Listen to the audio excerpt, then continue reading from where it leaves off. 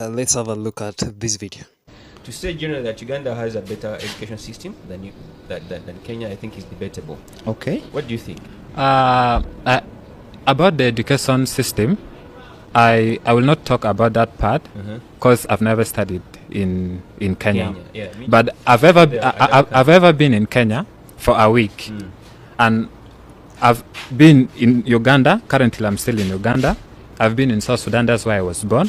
So if I'm to make a comparison between these three countries, I will say Uganda is better than South Sudan. That one, no one can argue with me about that. But from the look of things, when I just look at Kenya, to be honest, just looking at Kenya is better than Uganda. No one is going to deny that.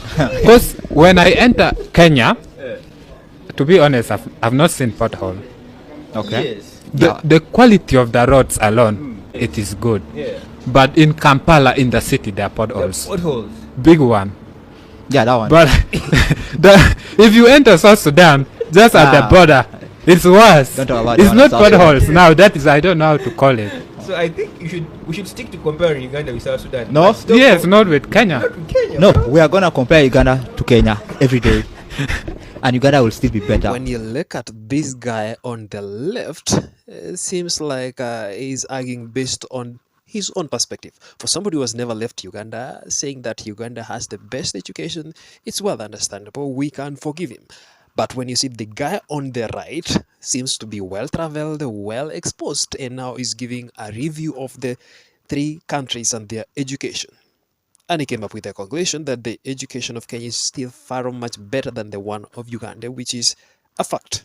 So saying that it's a debatable topic is just a comforting lie, obviously. But there was a time, yes, the education of Uganda was better than the one of Kenya. Back in the history, when higher education studies, most of the prominent people had to go to Makerere in Uganda, but that was then, before major of the Kenyan universities were not yet established. But right now, when you're doing the comparison, you realize that Uganda is way far behind. I don't know where they got lost. Remember, they got independence earlier than us Kenyans, but somewhere they got lost. I don't know, power changing and all of those things, and they got stuck. And when you're comparing the education of two nations, you just also look at the output. When you look, for example, in Kampala, most of the big organizations, the hotels, they are managed by Kenyans. You go to Dar es Salaam, Tanzania, the same case.